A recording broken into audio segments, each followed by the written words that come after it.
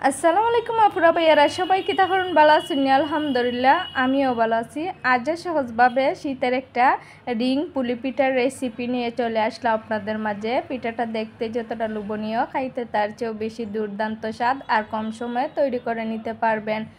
চলেন মূল রেসিপিতে চলে যায়। চিরা নিছি আর কালো তিল নিছি, তিলটাকে ভালো করে প্রসেসিং করে নিছি, আর চিনি নিছি।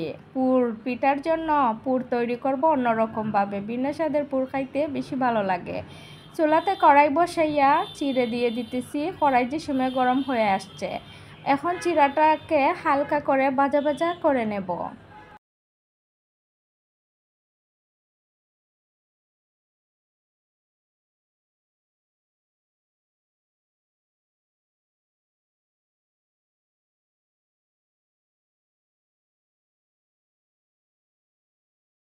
জিরাটা ভাজা হয়ে গেলে কড়াই থেকে উঠিয়ে দিয়ে দেব চিনি।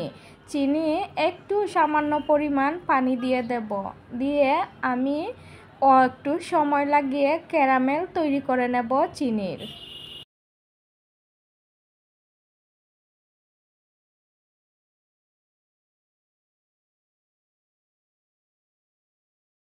চিনিটা ঘন হয়ে একটা ক্যারামেলের তৈরি হয়ে গেছে।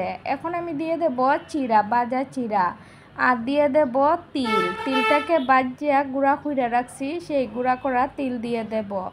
দিয়ে দেওয়ার পরে এখন পুরটাকে আমি তৈরি করে নিব।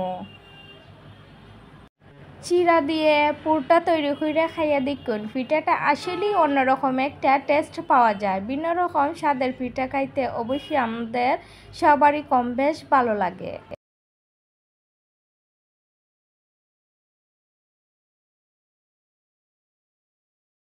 আমি চুলা থেকে পুরগুলো নামিয়ে নেব। নামিয়ে নেওয়ার পর চুলাতে পাতিল বসে পরিমাণ মতো পানি, স্বাদ অনুযায়ী লবণ দিয়ে দিছি। দেওয়ার পরে যখন পুরোপুরি পানিতে বলক চলে আসবে, তখনই দিয়ে দেব আতপ চাউলের শুকনা গুঁড়ি। আতপ চাউলের শুকনা গুঁড়ি দিয়ে একটা ব্যাটার তৈরি করে নেব। ব্যাটারটা কিভাবে তৈরি করে নিতেছি সেটা আপনাদেরকে দেখিয়ে দিতেছি। অবশ্যই আমরা যারা রান্না বান্না করি কম বেশ সব কিছুই পারি, আর এই ব্যাটারটাও তৈরি করতে পারি। তো আতপ চাউলের শুকনা গুঁড়ির ক্ষেত্রে ব্যাটারটার পানির পরিমাণটা একটু বেশি লাগবে, আপনারা আপনাদের পরিমাণ অনুযায়ী দিন। আর ভিজা গুঁড়ির জন্য পানির পরিমাণটা কম লাগবে। প্লিজ আপুরা ভাইয়ারা চ্যানেলটা সাবস্ক্রাইব করে পাশে থাকুন, লাইক কমেন্ট করুন, আর ভিডিওটা ভালো লাগলে শেয়ার দিয়ে দিন।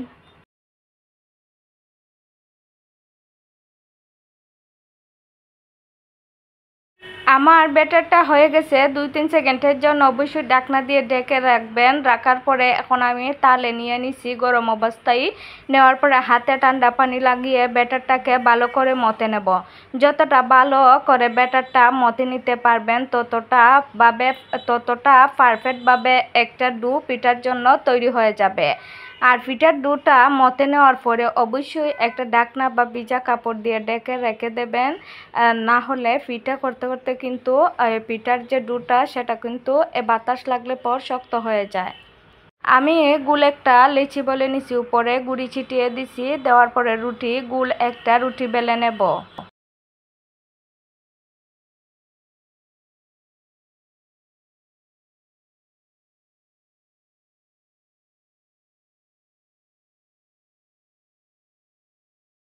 আমার রুটি বেলে নেওয়া হয়েছে। এখন আমি বুয়ামের একটা মুকলা দিয়ে রুটিটাকে ছোটো সাইজ করে গুল করে নেব। রুটিটা কতটুকু পাতলা বা গাঢ় রাখছি সেটা আপনাদেরকে দেখিয়ে দিলাম। পিঠার জন্য আরেকটা গোল রুটি বেলে নেব আমি।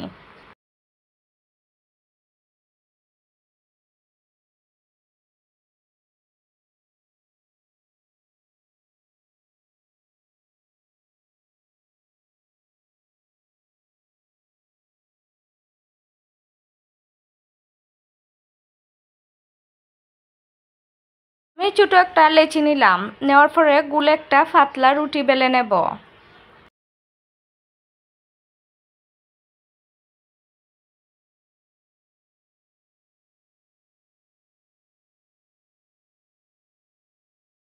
আমি ছোটো ছোটো করে আবারও রুটি কেটে নেব। আপনাদের যদি এরকম কাটনি না থাকে তাহলে আপনারা পানির বোতলের মুখলা দিয়েও এভাবে ছোটো ছোটো গোল গোল রুটি কেটে নিতে পারেন।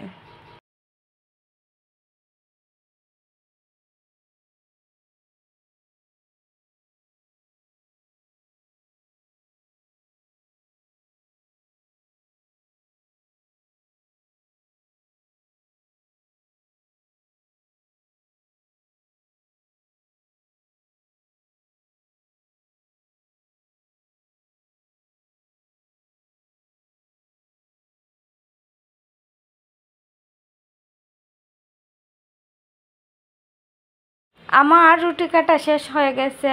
এখন আমি মধ্যখানে রিংয়ের মতন একটা ডিজাইন দিয়ে দিতেছি পিঠাতে দেওয়ার জন্য।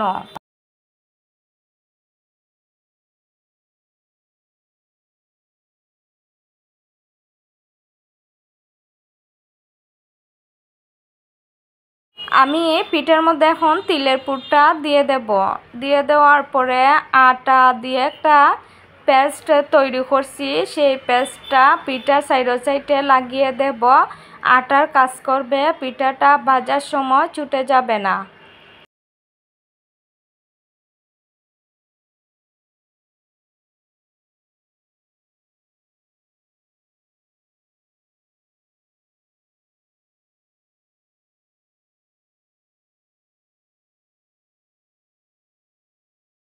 এখন আমি পিঠাটা হাতে নিয়ে আলতোভাবে মুখটাকে বন্ধ করে দেব দুই আঙ্গুলের সাহায্যে চাপ দিয়ে।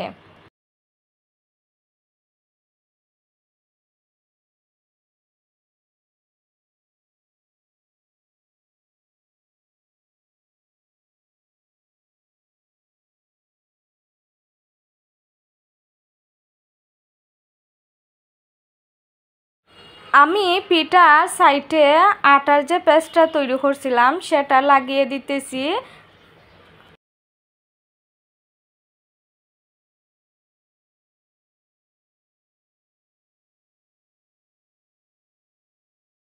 আমি এক এক কইরা রিংগুলাইন পিঠার উপরে বসিয়ে দিতেছি। এতটা চাপাচাপি লাগবে না, হালকাভাবে চাপ দিয়ে রিংগুলাইন বসিয়ে নিতে পারেন। বাজার সময় কিন্তু একটু ছুটে যাবে না। আর যতগুলাইন রিং আপনারা বসিয়ে নিতে পারেন ততগুলাইনই বসাবেন, আর আপনাদের চয়েস মতন বসিয়ে নেবেন। আমি অনেকগুলা রিং বসিয়ে নিলাম। আসলে পিঠা তো অনেকভাবে খেয়েছেন, এভাবে অন্যরকম পুর দিয়ে পিঠাটা তৈরি করে খাইয়ে দেখুন, আসলে অনেক ভালো লাগে।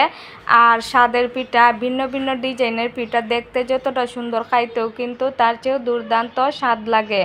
তো একবার হলো বাসাতে এই পিঠাটা আপুরা ভাইয়ারা ট্রাই করে দেখবেন, খুবই কম সময়ের মধ্যে এই পিঠাটা তৈরি করে নিতে পারেন।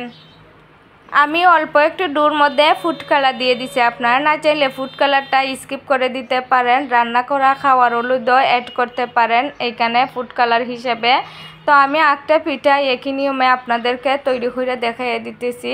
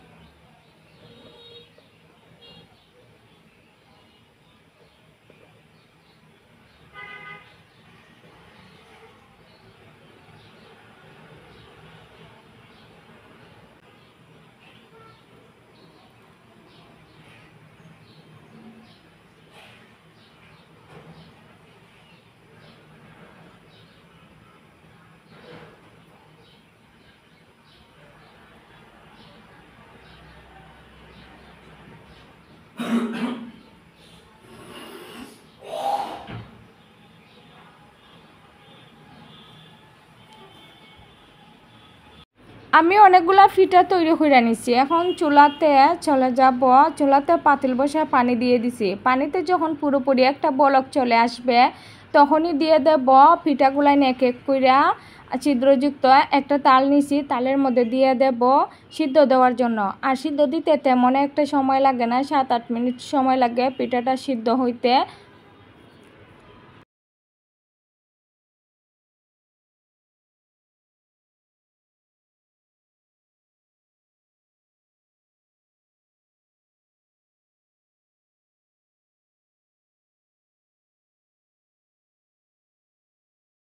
সব পিঠা দেওয়া হয়ে গেছে। এখন আমি ডাকনাটা দিয়ে দেব। ডাকনা না দিলে পিঠার যে ফাপটা সেটা বের হয়ে যাবে, পিঠাটা কিন্তু সিদ্ধ হবে না। আর আমার পিঠাটা সিদ্ধ হয়ে গেছে। এখন আমি চুলা থেকে এক এক করে সব পিঠাগুলাই নামিয়ে নেব। আপনারা যদি মুখরোচকভাবে পিঠা খাইতে চান তো কয়েকটা পিঠা বাজ্যা নিতে পারেন। তো আমি কয়েকটা পিঠা বাজ্যা নিলাম আর কয়েকটা পিঠা ফাঁপে দিয়ে দিলাম। তো আমার পিঠাগুলান হয়ে গেছে। দেখেন একবারে রিংগুলান কিন্তু একেবারে পিঠার লগে সেট হয়ে গেছে। একটা রিংও কিন্তু এদিক সেদিক হয় নাই, ছুটে নাই। আর পিঠাটাও দেখতে খুবই লোভনীয়, খাইতেও কিন্তু দুর্দান্ত স্বাদ, তিলে ভরপুর পিঠাটা। আসসালামু আলাইকুম, সবাই ভালো থাকবেন। অন্য আরেকটা সহজ শীতের পিঠার রেসিপি নিয়ে চলে আসবো আপনাদের মাঝে।